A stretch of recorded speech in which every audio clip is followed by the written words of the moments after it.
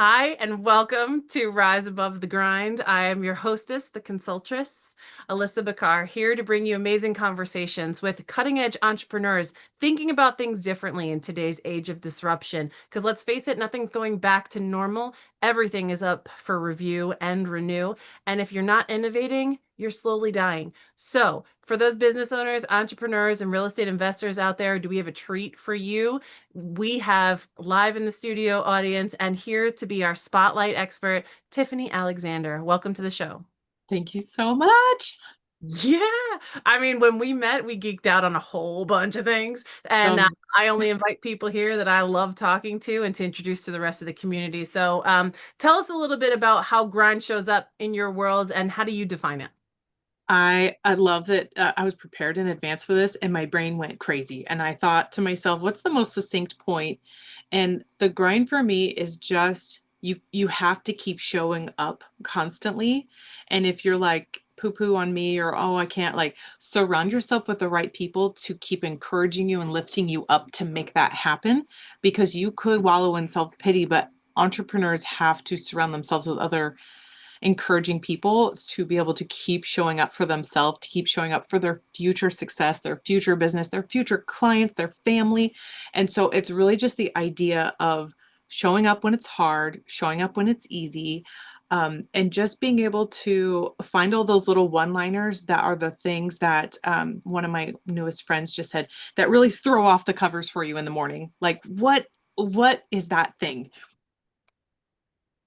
I can appreciate that. Like the thing that blows your doors off, that you rip the covers off in the morning, you're like, I'm ready for the day. I mean, if you're not having that kind of day, at least some of the time, it's time to take a gut check. Are you grinding yourself into a pulp, or is this grind that Tiffany's talking about showing up consistently to the thing that really gets you going? So it sounds to me like you've retermed it for yourself as consistency. So when you hear people go like rise and grind, are you thinking that's somebody who's like really jazzed to get up and go do what they're doing? Or does it take on some other kind of color for you?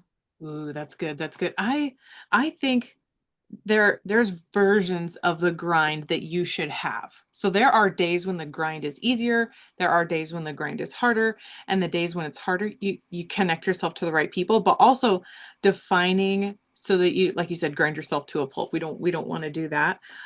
Defining what your expectation is of it. And then for me, I personally had to stop beating myself up because I wanted so much for so many people and for myself that if I didn't achieve this like astronomically high amount of success, that I was like, well, I'm just not good enough. And I didn't tell anyone else that. I told myself that until someone was like, well, kind of called it out in me. But they said, "Why do you think you're not good enough?" I'm like, I didn't tell you that. Who told you that I said that? I only told myself that. And he's like, well, it's not true.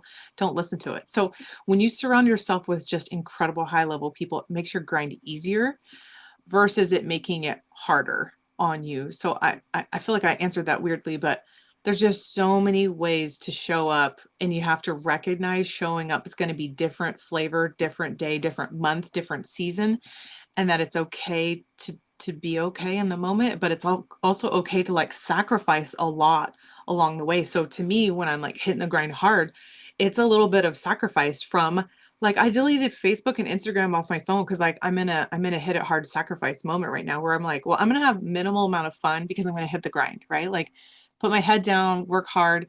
It's okay because I'm not failing because I didn't quit. So like the little no's that I have along the way is a part of the grind too. Oh, you brilliant woman, you like saying all the little no's so I can get to my big yes and that I can diligently focus and devote my attention to it. I think so much of what comes up for me around I'm grinding away is that it's this monotonous outside of me thing I'm not passionate about. It's just like a have to. But when you're on purpose and you're choosing to, I think that speaks to what you were saying about adjusting your sales, or at least that's what I heard. Like, oh, I'm adjusting my expectations about why I'm sitting here focusing or why I am saying no to other things where it's not ice cream and lollipops. This is working that I'm doing. It's like doing your own push-ups.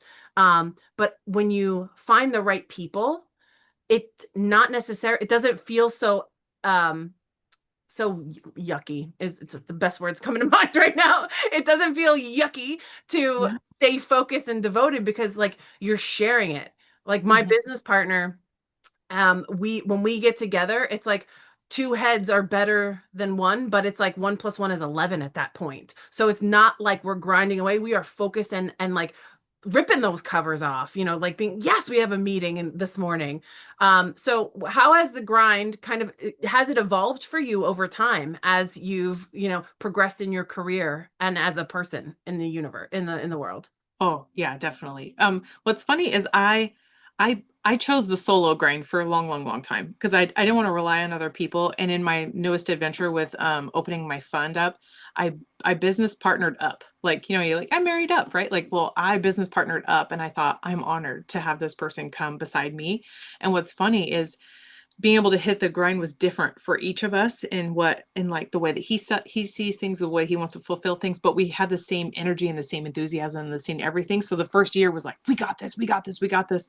And then we started to have those like valleys and stuff, but ours never matched each other. So when I was like, dude, I'm a struggle bus today, he would like be able to lift me up and be like, oh my gosh, look what you've done and this cool stuff and what you've, all this. And then the same when he was like, I saw you show up to that meeting and you like put on your A face and you gave your all. And I showed up cynical. And I'm so glad that you showed up in the meeting because already showed up with my arms folded like that guy in the meeting that you don't want in the meeting. Right.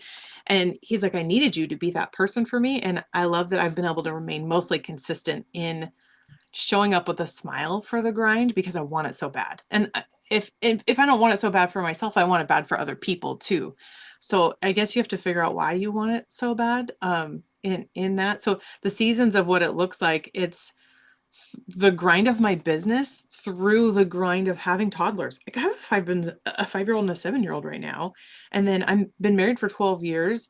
And then we live in California where the world is weird, COVID. So like the transforming yourself to understand and then just finally hitting my 40s, I'm like, well, I care less about what other people think now. It's okay.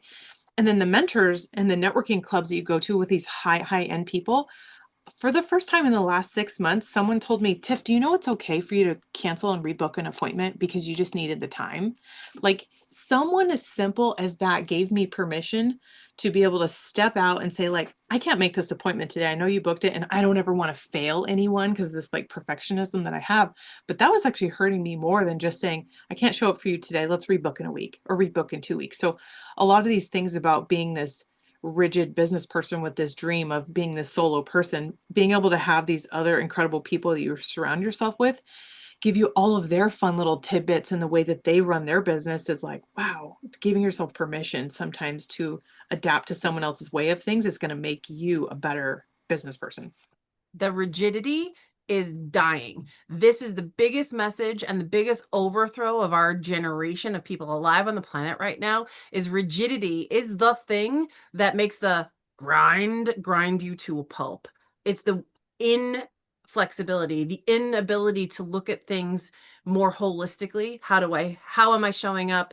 Is it going to be worth my time if I show up in Mr. Cynicism mode? And allowing you to take the full scope in as you're making decisions, as you are devoted, as you were disciplined, as you are disengaging, so making decisions based on what's here now versus making decisions and holding on to it for dear life, whether or not you're drowning by holding on. I think that's the biggest shift that I'm seeing out here in this new normal, in this age of disruption, is we have to rethink how we're thinking about things, how we're thinking about ourselves in relation to our commitments. And so I've already heard like probably a dozen definitions of what grinding is and is not, and what allowing yourself to be flexible is and is not. And for me, what I'm hearing loud and clear is that in order to stay valuable and stay on purpose in your business, you have to be willing to say, this is not for me right now, and say no to all the things that do not serve the greater purpose or the focus and the priority in that moment. Would you agree? Yeah, yeah. And with like forgiveness and with grace and with kindness all around it, because I could have just ruined somebody's schedule and I was like, I need 24 hours, I gotta cancel. Like, I planned my day around meeting you. It's like, I don't know what I don't know. But at the same time, when they can't meet stuff for me, I have the same grace and forgiveness for those other people too. So like, you know what? We weren't supposed to meet today.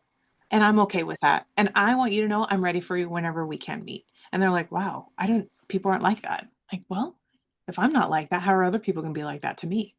Yeah, stepping forward and living by example in your life and in your business. So, Tiff, like the reason why we're friends, the reason why we are connected is because you are aligned and you are who you say you are. So, when someone wants to look you up and engage in your super connectorness or being part of your network, where's the best place for them to go to find you? Oh, okay. I happen to have chose to live the life of living on LinkedIn, which is totally acceptable. I've replaced my Facebook time with LinkedIn time so I can scroll and like people's comments to show up and like represent and support in all the ways I can. And if that's like, well, if I can't find you, I have a kind of a generic name. Fine, just go find me on YouTube. You can find my podcast, which is at Unveiling Journeys with at Tiffany Alexander. And then you can find my fun, which I give the funnest little cartoon videos and explanations and the note space and all the above.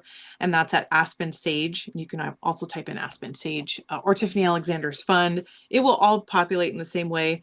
I have a bunch more, but I don't know. Like Instagram, there's a few others. If you really want to find me on Facebook, you'll see all my kid pictures. But yeah, like LinkedIn, LinkedIn's great. It's like B2B, B2C. You know, we're all in business and we all want to do this, but you know, my personal site is probably Facebook.